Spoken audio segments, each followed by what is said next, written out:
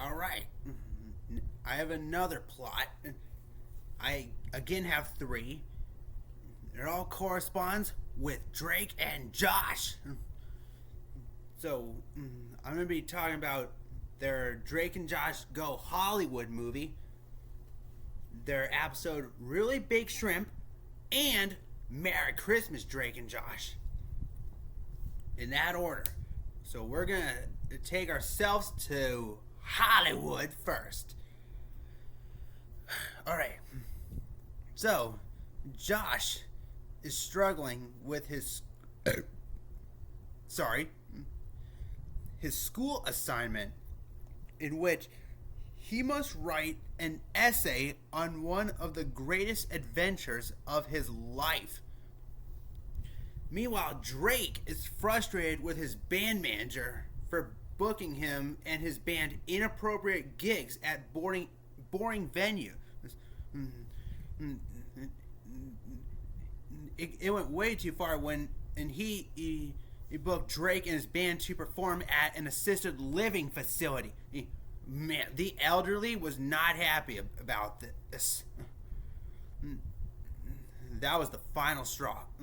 And Josh offers to become his new manager. While reluctant to do that at first, Drake eventually accepts it. Using this experience to write his essay, which Drake reluctantly accepts, when their parents, Audrey and Walter, leave to go on a 10-day cruise, despite Audrey not liking boats because boats sink. Even though this is a ship, she's not happy about it because she knows that the Titanic sank. Well, Walter tells her it was just a movie based on a true story. Listen, it always sank because it hit an iceberg. And a story. Drake and Josh drive their sister Megan into the airport as she was given permission to visit her friend Jessica in Denver, Colorado. However, Drake and Josh accidentally put Megan on the wrong flight, and she's going to Los Angeles, California. And hearing that, Drake and Josh immediately panic, and they get themselves 2 tickets for the next flight to LA, and they follow her there. On the plane, they get their mix of good luck and bad luck. Of course, Drake getting the good luck as he gets to sit with 2 hot women, while Josh has to sit with an overweight couple with a bucket of KFC. And the wife is getting steadily more ticked off as she didn't get dipping sauce, while her husband is just trying to get her to shut up. Eventually, Josh has enough and moves seats, where he sits with this guy named Deegan, who is hanging out on a Geo, which is this so-called MP3 player. It almost looks like an iPod. Finally, they touch down in Hollywood, and Megan, and getting there, asks for a flight to Denver, but is temporarily unable to because a severe thunderstorm has hit Denver. So I guess she's spending some time in Los Angeles. She uses Walter's credit card to book a limousine service and a luxurious stay at the Chamberlain Hotel, the most popular hotel in Los Angeles. When Drake and Josh finally get there, they try and find Meg, and they get there just after she leaves the airport.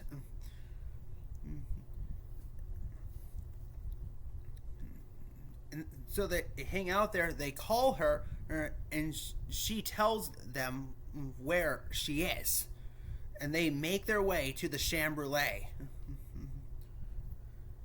When they get there, Josh takes off to the bathroom, when he's in there, he meets a music producer who's looking for a music act to perform on Total Request Live, or TRL, the next day. And knowing that his brother is a rock star musician, and Josh tells the music producer about Drake, and he decides to give Drake a chance on TRL. Drake, hearing that as once Josh gets to the room, is ecstatic about that. So they decide to look up song suggestions on the Geo, only for Josh to find out that he has the wrong Geo, which was accidentally replaced on the flight with that of the man named Deacon, and due to the obese fat lady falling on Josh's lap due to airplane turbulence. The Geo has blueprints for counterfeit money. When Deegan and his companion Bryce Granger find and confront Drake and Josh on the Geo, the boys attempt to escape the hotel and drive around LA in a Viper that was owned by Tony Hawk. When they think they have lost the bad guys, Drake and Josh get pulled over by two men claiming to be the FBI. In reality, they are two more criminals who work for Deegan and Bryce. The offenders abduct Drake and Josh and take them to a warehouse at 18141 East Addison Street, locking them away.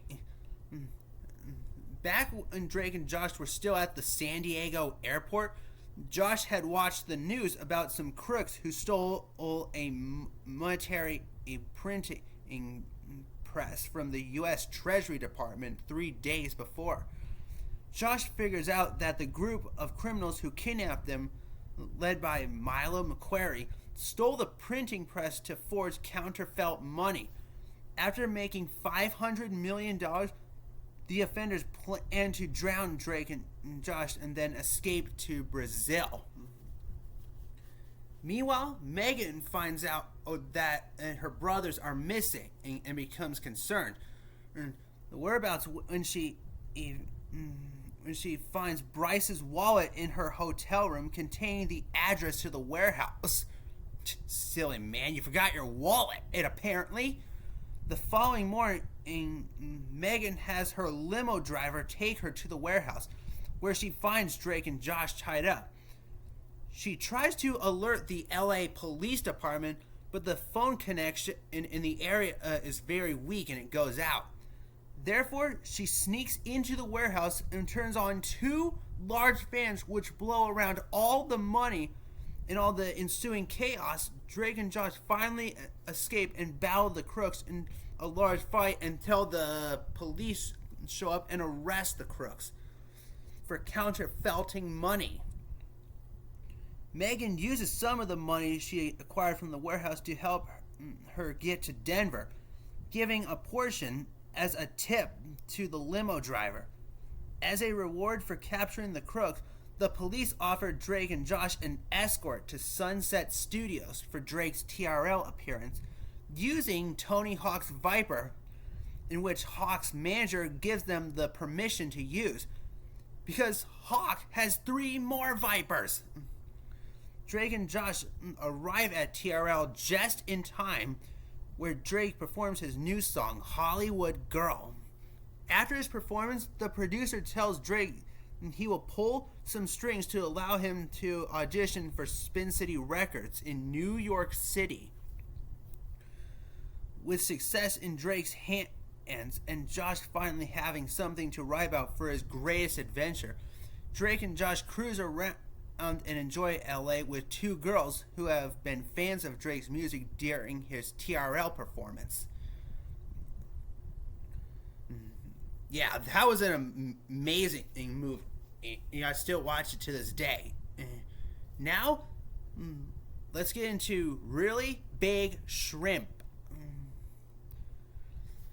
So, at a music showcase at the Premiere Movie Theater, Drake performs his new song, Makes Me Happy, after Josh has gotten in hold with a record producer named Alan Krim. He invited him to the premiere to see Drake perform in hopings of getting his brother Drake a record deal.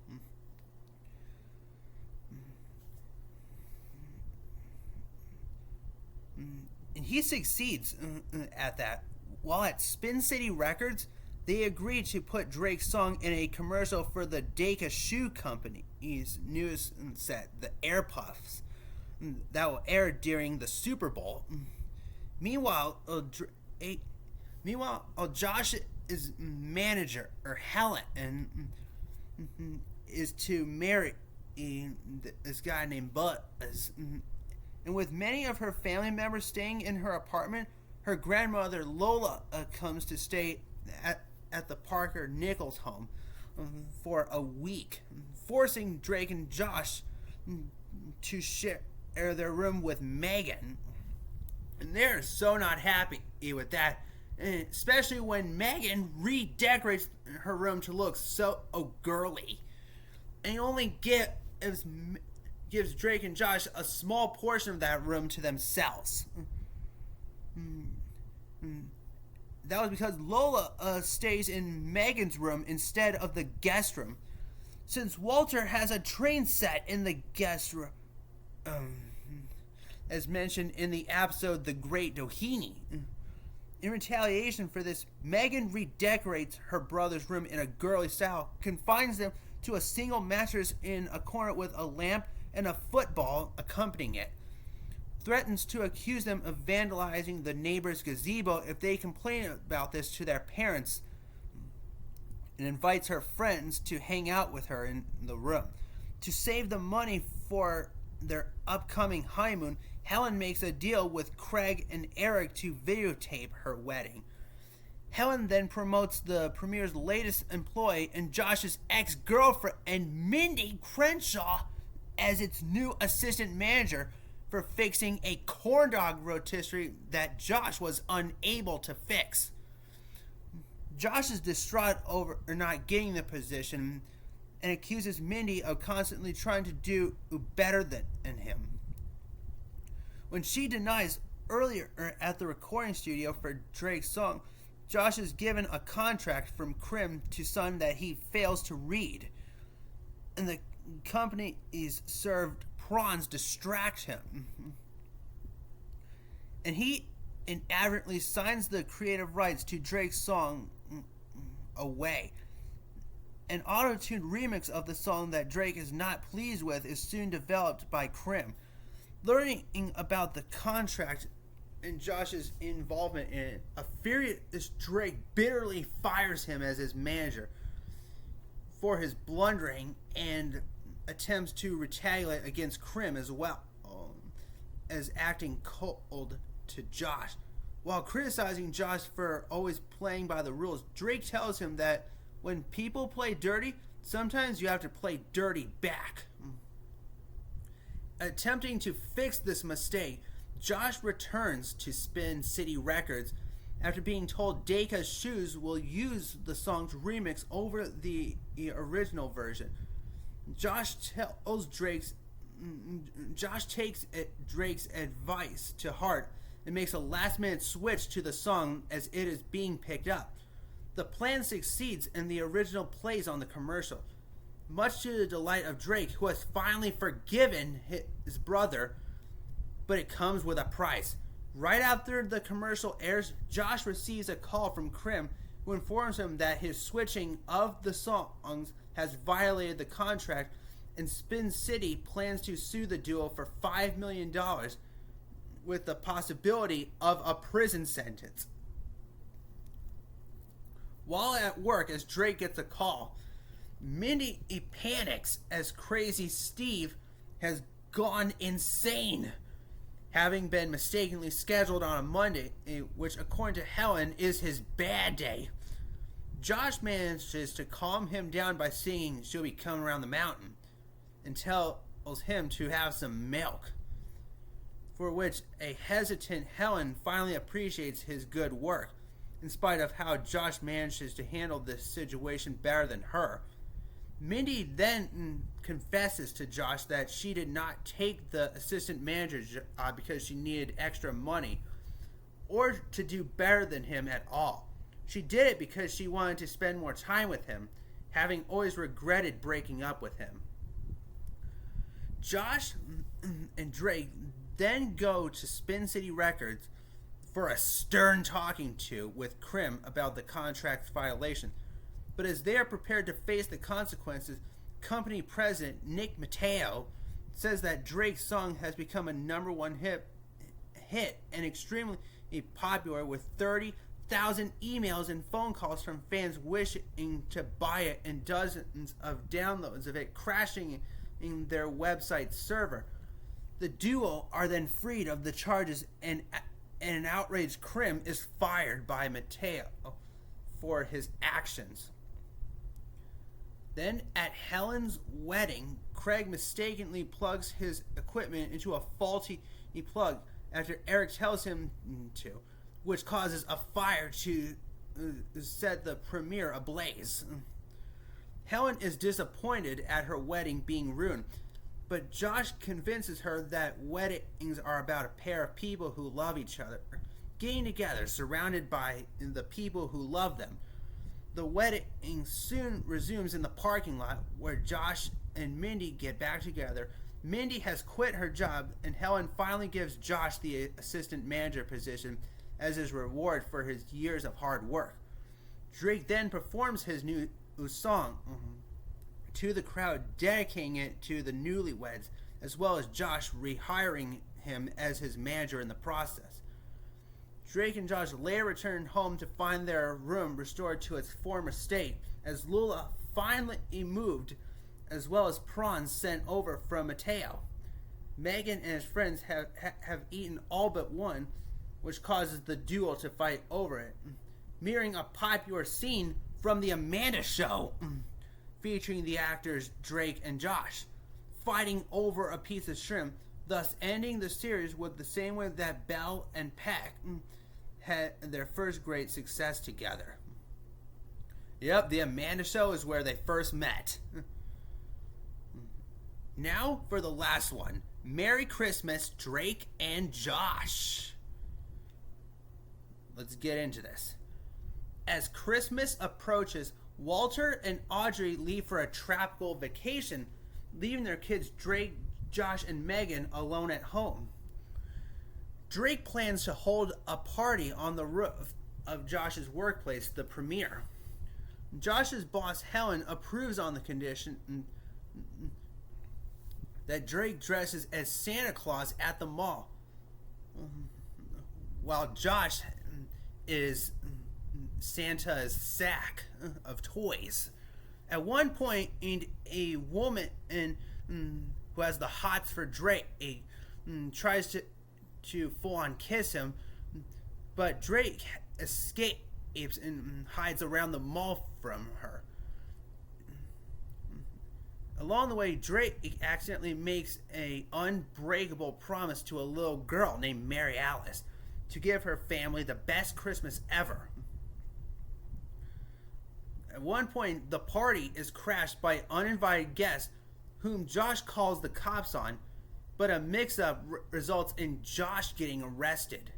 He bonds with his cellmate, Bludge, who pretends to beat Josh up to maintain his tough guy image in front of the other convicts, knowing he must fulfill his promise after Mary Alice tells him that about her sick foster mom and busy foster dad. Drake attempts to break out Josh to help him, only to get caught in the process by the prison guards, and he's arrested as well. Acting as Drake and Josh's lawyer, Helen informs the judge of Drake's promise to Mary Alice, who decides that they will not be sent to jail as long as they fulfill the promise. Afterwards, they meet their cruel and embittered parole officer, Perry Gilbert, who says he will take a vote from Mary Alice's foster family if they had the best Christmas ever. If any of them vote no, Drake and Josh go back to prison.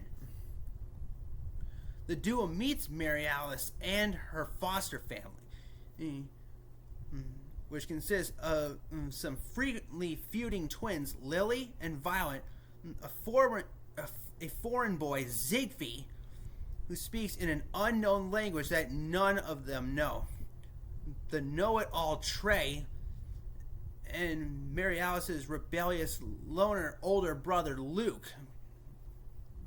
Gilbert sabotages the duo's attempts to give Mary Alice's family the best Christmas ever. So Drake bribes Megan and with his friend Trevor's rare Royal Smith oboe, passed down from his grandfather.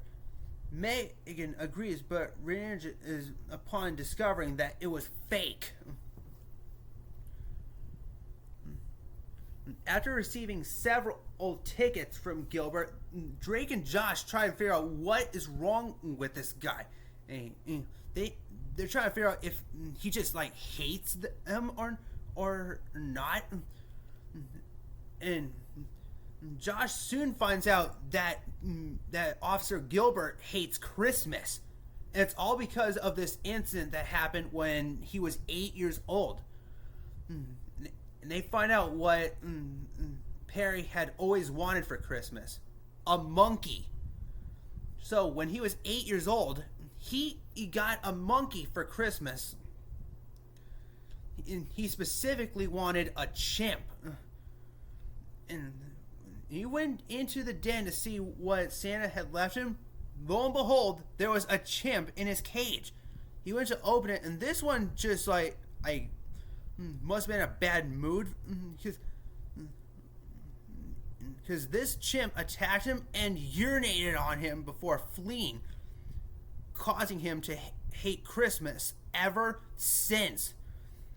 Drake and Josh then attempt to get the children into doing Christmas carols, leading them to enter a Christmas parade Drake had shunned earlier at the parade. At the parade, Gilbert tricks Josh's co-worker, Crazy Steve, into loudly reminding them to keep their promise or else they'll be arrested. Believing Drake and Josh were only being nice to avoid punishment, Mary Alice and her foster family leave heartbroken. And it's pretty awful to know that was Officer Gilbert's idea. He wanted to ruin that promise for them. Still determined to keep their promise, Drake and Josh borrow Steve's wood chipper, Sally, to make it snow in front of Mary Alice's house by putting ice in the machine. However, they inadvertently shoot large chunks across the neighborhood, causing great damage. In trying to stop the machine, both brothers are injured when the hood of the chipper knocks them in the head, and they are knocked unconscious, but are brought home by Officer Gilbert, who was secretly given a nice chimp by Josh and began to love Christmas again. The brothers enter the living room the next morning, where Mary Alice's family surprises them, having learned the truth from Gilbert. Everyone votes yes, and the charges against Drake and Josh are dropped. Then Bludge, dressed as Santa, comes down the chimney to deliver gifts to everyone, including a Smith Royal oboe for Megan. Then when they notice snow outside, they immediately go out and enjoy it. Then Walter and Audrey return home from their vacation, which turned out to be at a small deflated island and in a hut that blew away in a tropical storm. Steve gets Sally to make snow using hard cheese, and everyone enjoys Christmas by playing in the cheese snow. Yeah, that's some good stuff.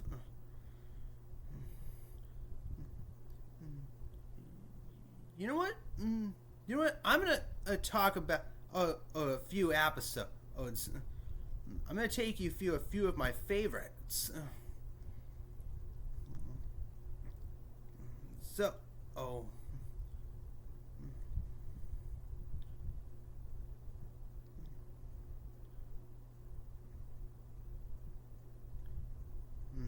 First one I'm going to talk about is called The Affair. Drake and Josh had noticed their dad, Walter, has been acting strange lately, starts to believe that he has been cheating on Audrey with another woman, and further eavesdropping only confirms their suspicions. They try to make Walter fall in love with Audrey again by preparing a meal for him that Audrey made, which was blueberry waffles. But this backfires when Drake mistakenly put cumin in the waffle, which Walter is allergic to. With the help of Megan, she told Drake and Josh that Walter is at a restaurant with a woman named Peggy. Drake and Josh try to get Peggy to leave their father alone, but she refuses. So the boys dump food on her, causing her to leave Walter for good. But Walter furiously reveals that she was actually a producer for Good Morning Today, who was talking with him about being their new national weatherman. As retribution for messing up the lunch and costing him the job, he makes it his sons dump food on themselves.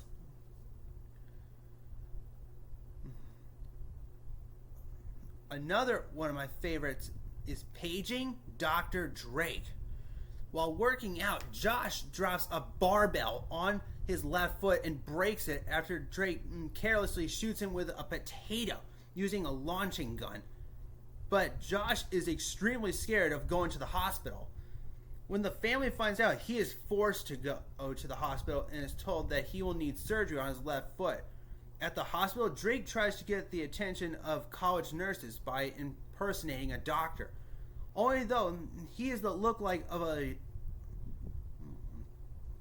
young doctor due to arrive that day. Drake now has to avoid being caught by Josh's doctor, Dr. Carlson, and ends up having to perform a foot surgery.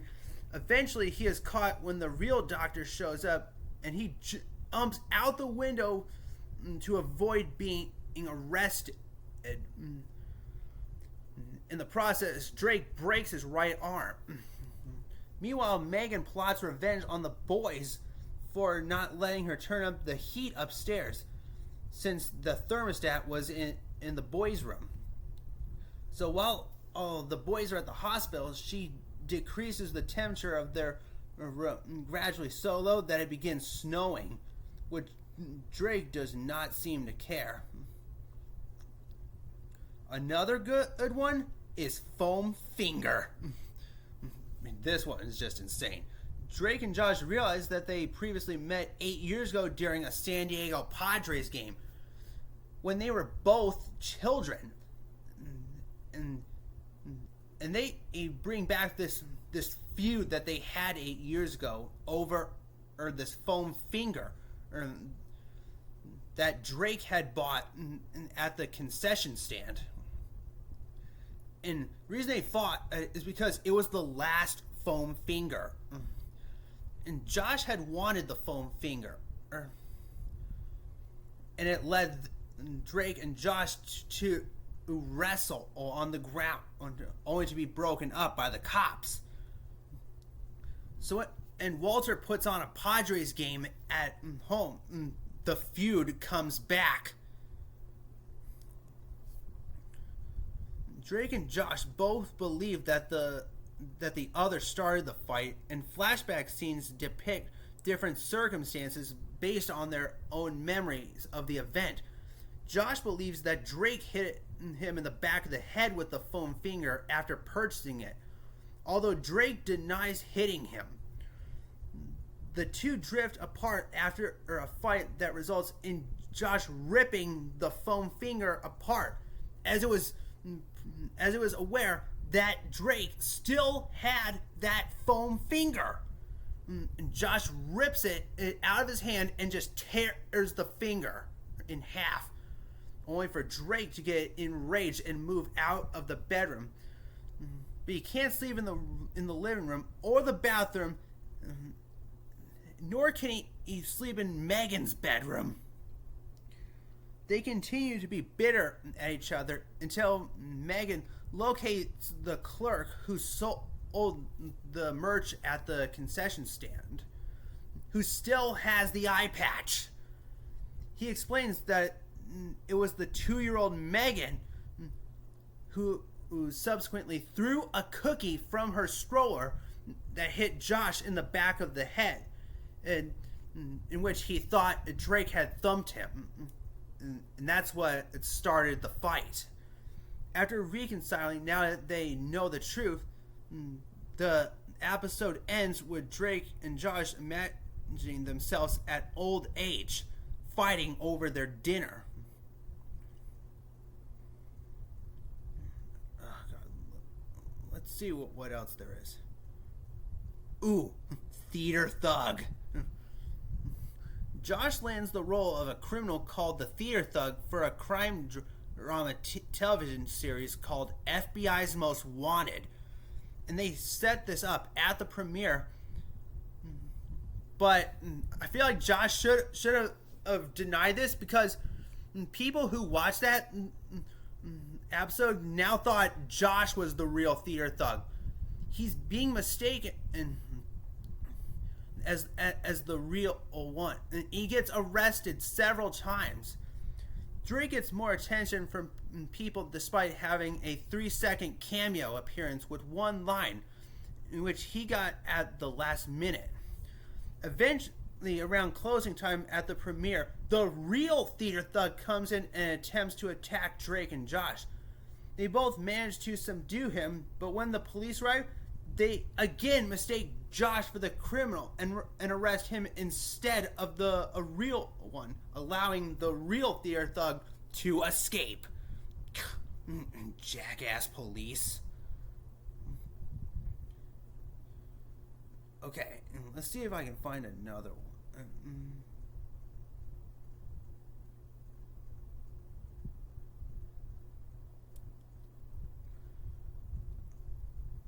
Ooh, here's one. Josh runs into Oprah. Now, if you guys have watched Drake and Josh, you would know that Josh is a mega fan of Oprah Winfrey. And it is Josh's 17th birthday at this point. Drake forgets and instead sets up a surprise party for his latest girlfriend, Tabitha, which upsets Josh to a newer level. And after realizing his mistake, Drake acquires tickets for Josh to see Oprah Winfrey, which involved backstage passes. Well, that got Josh to forgive his brother.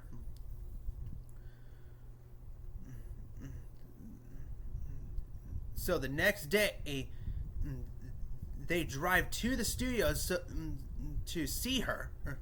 However, when Josh exaggerates about parking a distance away and parking elsewhere near the entrance to prevent sweating, Drake starts to argue with him over the wheel, and Drake accidentally causes Josh to run over Oprah with his car. And she is taken into the hospital. Josh is then beaten up by a group of women when they overhear that he was the one that injured Oprah.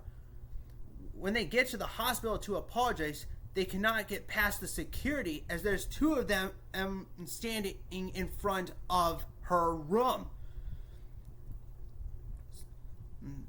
They can't get past, or else they're going to get stunned by the stun guns that these guards hold.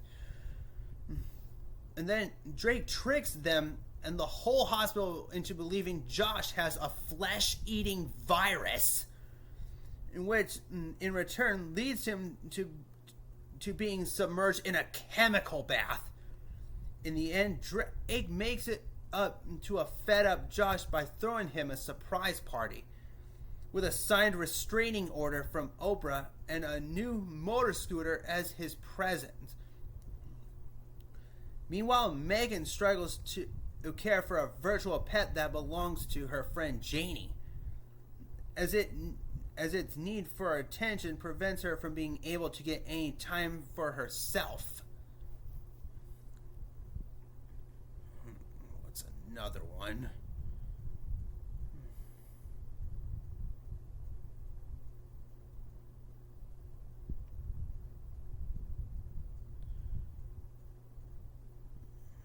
What's another one? And I'm trying to find one. And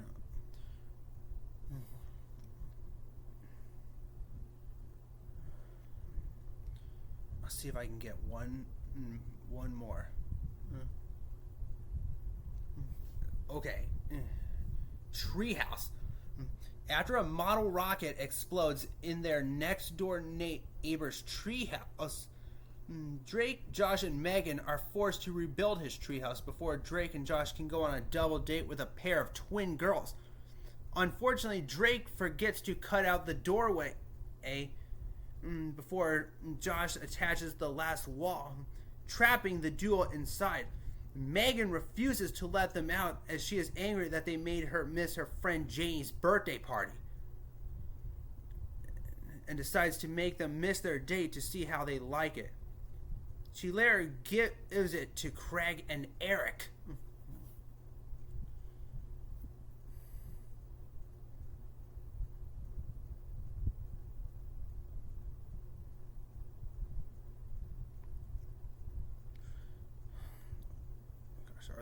Are there more?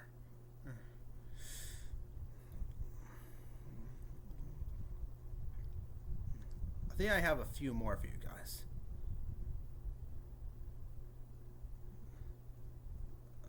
Let's see.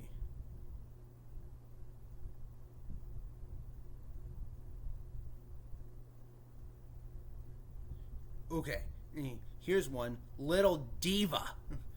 The premiere is hosting.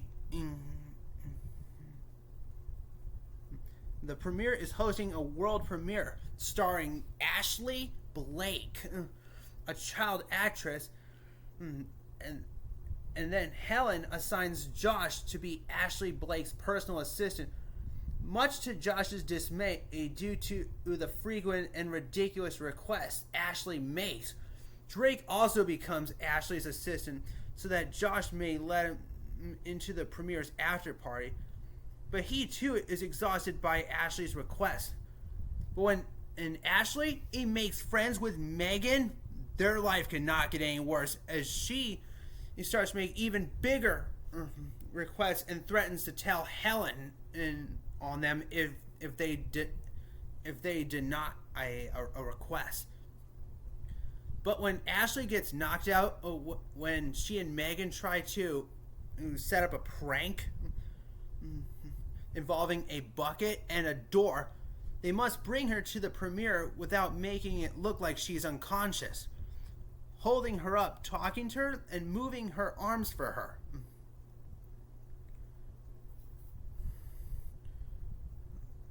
Let's see, what else?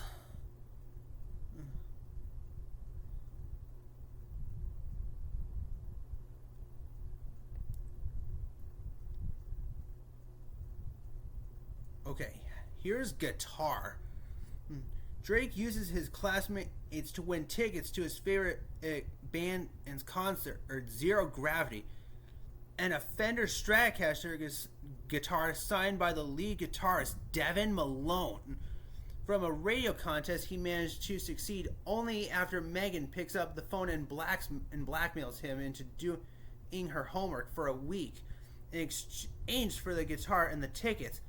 But the guitar explodes when Josh plugs it into Drake's faulty amplifier while showing it to Megan. So Josh tries to buy a new one and get it autographed at the concert before Drake finds out. Megan eventually tells Drake, but he is amazed that Josh would go to such great lengths for him. However, moments before the concert, Josh accidentally injures Devin's right hand when he slams the guitar case closed on Devin's right hand. The concert is about to be canceled, but Josh nominates Drake to perform in place of Devin, and the manager agrees. Drake then repays Josh for buying him the guitar by giving him the paycheck he earned from performing. Meanwhile, Audrey encourages Walter to bond more with Drake, but Drake is uninterested in doing so.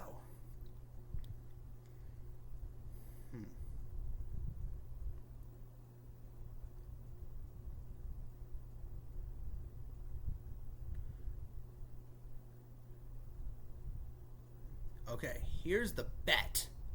Drake has an addiction to junk food, and Josh has an addiction to video games.